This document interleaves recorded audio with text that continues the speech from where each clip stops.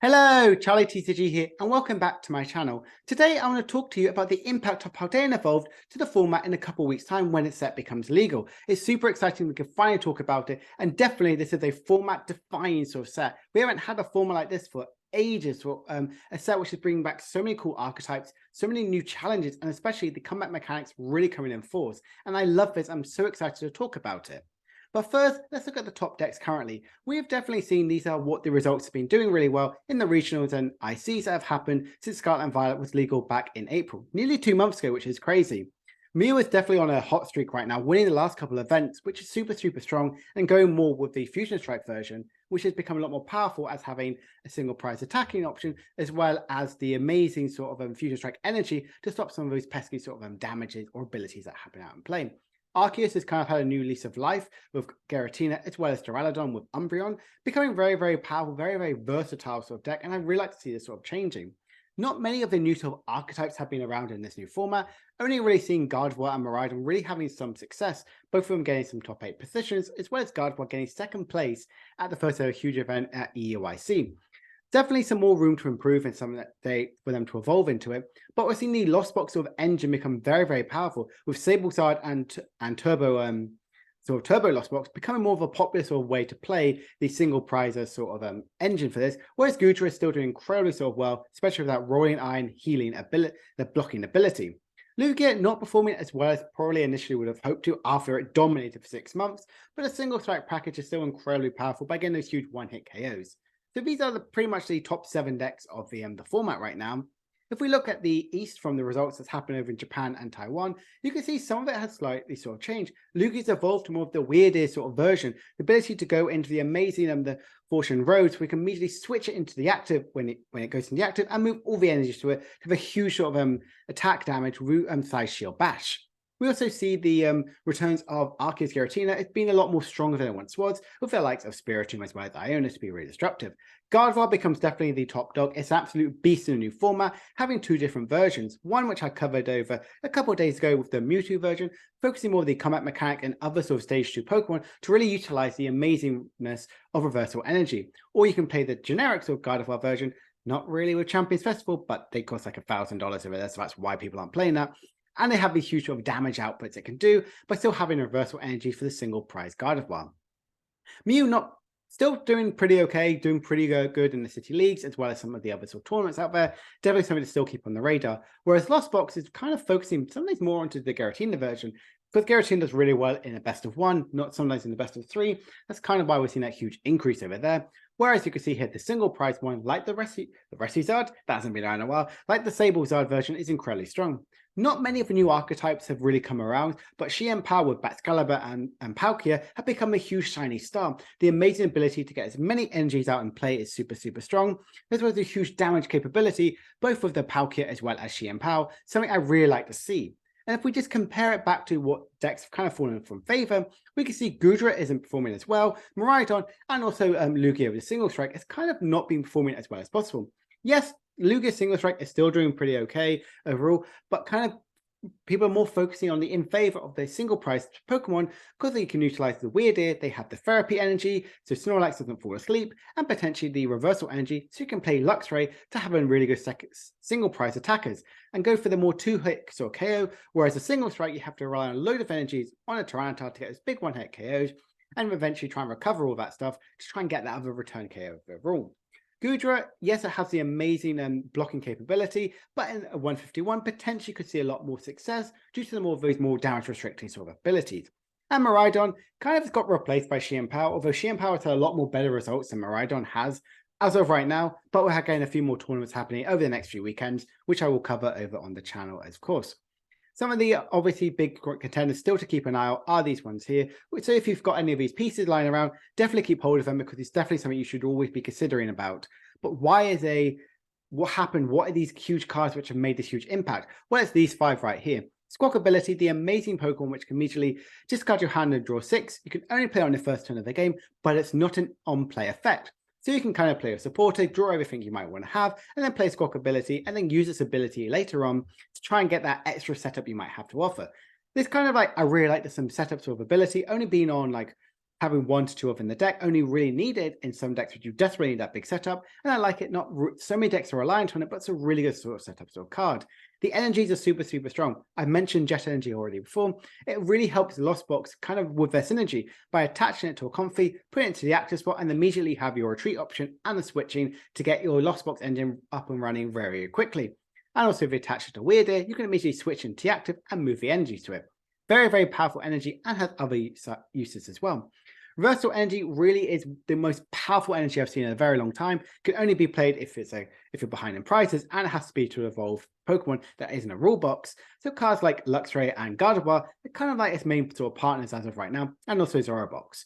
Definitely it's really powerful, but 3 of any energies you might want to have on an evolved Pokemon is super strong. It can utilize these huge sort of damage outputs in Gardevoir, or potentially to have the other sort of energy sort of very tricky ones to have in the decks, which I love.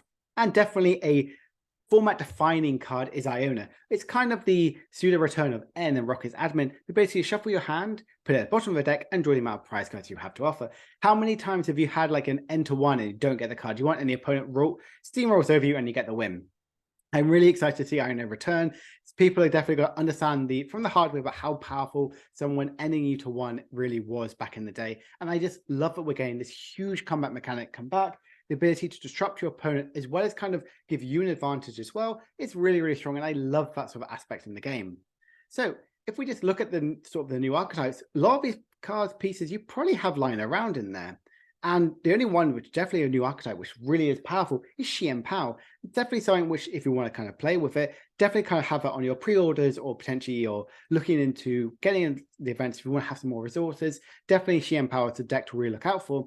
Or if you've got any of these other 5 sort of decks outlined here, definitely keep up those pieces now before they potentially skyrocket in price. So now I want to talk to you about the impact of each deck and what sort of cards which could be really key in sort of the matchup.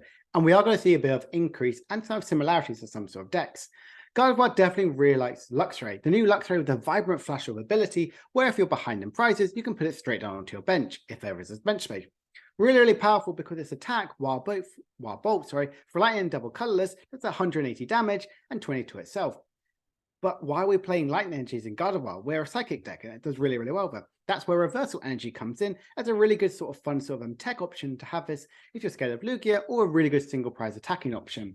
This is really strong and definitely the Mewtwo version of the list as well. And having techs like Charm of Courage, if you have managed to find some Champions Festival and your Drifloon out and play, is really strong as another sort of secondary attacker. Definitely some cards which are really strong in Gardevoir is that Super Rust, you can utilize some of your single prize attackers or your extra one-offs, or potentially get back more of your Gardevoir X's is really strong. And Iona, Gardevoir is definitely a list which likes to favor on the heavy account of Iona, because they're potentially going to fall behind in prizes at the first few earliest of turns, so able to punish your opponent while also reward yourself is really powerful. So definitely Gardevoir, if you're thinking of still playing Gardevoir or want to evolve through your strategy, these are definitely some of the cards from this new set which you should really consider. Lostbox does gain a few more extra sort of cards. It still has Iona, kind of like a 1 or 2 of like your Roxanne. Super Rod is super powerful. You remember Ordinary Rod did really good in this sort of thing, so Kyogre can return a little bit more. You can get back your single prize Pokemon and not rely on having a supporter card, for example, like your potentially your Miriam or your Clara. So I really like having Super Rod as an option. Luxray is really powerful, especially if you're playing Mirage style sort of gate decks. Potentially, you can even add reversal energy if you really want to. Jet Energy, as I mentioned before, is incredibly powerful for Lostbox. Ability to switch through your Comfies and to retreat at the same time is really good. And Arizona Town is absolutely incredible in Lostbox. Pretty much, if you're playing a single prize version or just any version of Lostbox in general, you're mainly going to be playing basic Pokemon which don't have a rule box, and immediately getting them on the bench is super powerful. So if you've been playing Lostbox for a while, these are definitely the tech options which I should really kind of think to elevate your play, to add into it to really increase your win percentage or potentially your strategy overall. Arctine is definitely very powerful. Definitely it gained only a few new cards. Iona is really powerful. You were the Judge path sort of deck. Now you can technically be on Iona path sort of deck, but have a decent sort of split. You maybe want to have a 3-3 split between Judge and Iona, or potentially a 3 Judge and 2 Iona, because you don't want to reward them at the end in the early game, but definitely punish them in the late game. Spiritomb is an amazing Pokemon, the amazing Pitch Black Disaster, where if this is in play, no basic V Pokemon have abilities, kind of helping your Mew matchup a little bit, but The really terrible thing about Mew is if a Genesect has a Fusion Strike energy attached to it, they don't need to worry about Spiritomb and they can still draw away, but having that extra threat, stopping potentially Lugias, have them been Weirdies, or potentially the Luminions, which have constantly been around in the Xianpao sort of less like Luminion, it's really, really powerful to shut off. And if you've got some of these bulk cards playing around, Flying Pikachu and Cleansing Gloves are really good options to have in this sort of list. Kind of the rise and increase in basic Pokemon, Flying Pikachu is really, really strong. Or if you're worried about Pokemon abilities, Alolan Vulpix is a really good option. And Cleansing Gloves, so you can guarantee get that big one-hit KO on a fully healed Gardevoir EX or a Mew VMAX. Definitely something to consider if you want to play and a huge impact in your Arctina. Lugia V-Star kind of changes entirely, going away from the amazing single strike version like I talked about to a more single price sort of option. The Luxray Reversal Energy is an amazing combo, and Lugias have really been toying around with it for quite a while. Jet Energy is perfect in this list, having that extra ability to switch around, and going back to Weird It is super, super strong and powerful. Kind of having it as a really good colorless attack energy option for Lugia is really, really good with no real sort of limitations to it. Furprit Energy is an amazing energy where if it's attached to any Pokemon, they can't be affected by sleep, confusion, or paralyzation. This is really good when you have Snorlax, because Snorlax's attack means it will fall asleep and you have to flip 2 heads for it to wake up, whereas if you slap over a Therapy Energy on it, you can immediately not fall asleep and wake up, which is super, super strong, and I love that sort of attached to Snorlax, so you don't need to rely on that sort of detrimental to your game strategy, and Lugia can still be really, really strong. Obviously, Iona is really, really strong, and I'm going to be mentioning Iona in every single one because Iona is just that powerful. So I really like Lugia V-Star kind of shaping up to kind of a bit more, not as toxic, but very, very enjoyable sort of deck. A lot more strategy involved compared to its one, which we had for 6 months. Another one is Mew, and Mew really only just gains Iona. Not really any sort of options. Definitely the Fusion Strike, like I mentioned, is the way forward to go with it. Because of the amazing sheer capability of what Fusion Strike Energy has to offer, you want to have that into play so you can show off stuff like Ting Liu, or potentially stuff like the Spiritomb, because you don't want to be affected by it as greatly as possible, and you want to ignore those sort of effects and have this big sort of damaging overall. I think Mew is kind of in an okay sort of spot, and having Iona, potentially 1 or 2 copies of this, can help it with this Judge Path sort of situation. Now I want to talk to you about some of the new decks. There aren't really too many of these new decks kind of going around, but definitely something we should always be considering about.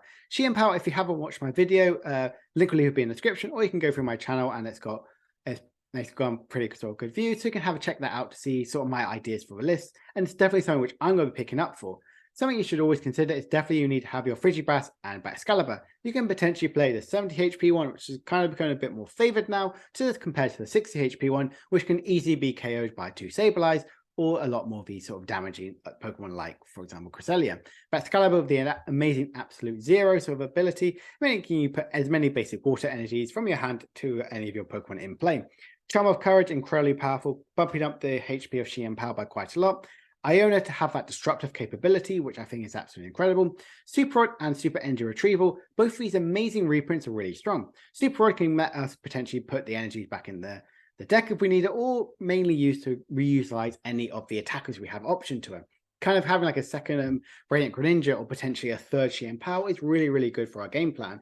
And Superior Energy Retrieval, this is definitely an account which you want to get 4 of, the ability to discard 2 cards from your hand and then get 4 basic energies from your discard pile is really good because it can team up with Excalibur's ability to flood the board state with more energy, so you'll constantly be at these huge sort of damage output with Xianpao. And the other sort of new deck I just want to touch upon is Ting Liu, the amazing deck here with the Earth and Curse ability, where it's in the active spot, any Pokemon with damage counters on it have no abilities except for EX. I kind of like this, and it kind of gains a few sort of cards. Charm of Courage beefs its HP all the way up to 290, which is incredible. Spiritomb, like I just mentioned, helps shut off a few of the pesky V-style Pokemon abilities, and Gaukamono is really good for disruptive ability. This is really good in some Xianpao sort of lists, and Iona and Super Rod, as I mentioned, are really, really good. Being the disruptive capability of Ting Liu is something which you should always kind of like threaten with it, and Super Rod, you can kind of reutilize your Ting Lius over it. Partners like definitely having Koraidon in it is definitely something you should definitely pick up, and Haluchas. So these are kind of sort of the new sort of decks which I want to talk to you about. And just want to see that these are kind of what they're looking to be the next new best decks. Giratina, Sableye, Lugia, Xianpao, and Gardevoir are up there as one of the strongest decks right now, happening over in Japan and the rest of the world, which have currently got this new format. I hope this has been kind of insightful to kind of know how you can evolve your strategy, what cards you should really look out for, and how you can evolve your deck to kind of keep up with this new and changing upcoming meta. Paldea Evolved is looking to be definitely one of the best sets we've seen in such a long time, and I can't wait to play it, test it, kind of see how it's going to evolve when NEIC happens at the end of this month. If you enjoyed this video, please make sure to like and subscribe, and comment down below if there's a deck which I missed or a deck which you're really excited about to add some of these new sort of decks to try out. Is Woxiang definitely your way to go around it, or are you going to stick with the common sort of Guard of Wild, which is the big hype card deck of the format right now? Anyway, my name is TCG. I hope you've enjoyed this video, and I will see you guys next time. Bye for now.